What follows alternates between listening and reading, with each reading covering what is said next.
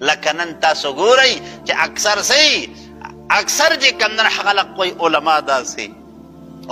داسې حالانکه یاد ساتئ ټول علما یو شانتې نه ښه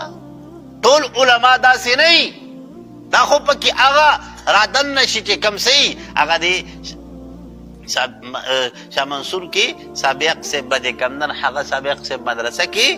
یو طالب علم هغه به مدرسه کې سبق وی نو د خلقو نه به چې کمدن هغه موبایل به پټولې سپیدار به پټول نو بیا خبره مشهوره شوه چې په طالبانو کې څوک غل دی هغه ورته وی په طالبانو وی دا سره وی دا طالب نه دی دا غل او په ځان باندې د طالب جامه اچولې ده نو زوام چې کوم عالم هغه دا کار کوي که نه نو هغه سره هغه عالم نه دی هغه به صرف په ځان باندې د علماو هغه جامه راچولې ده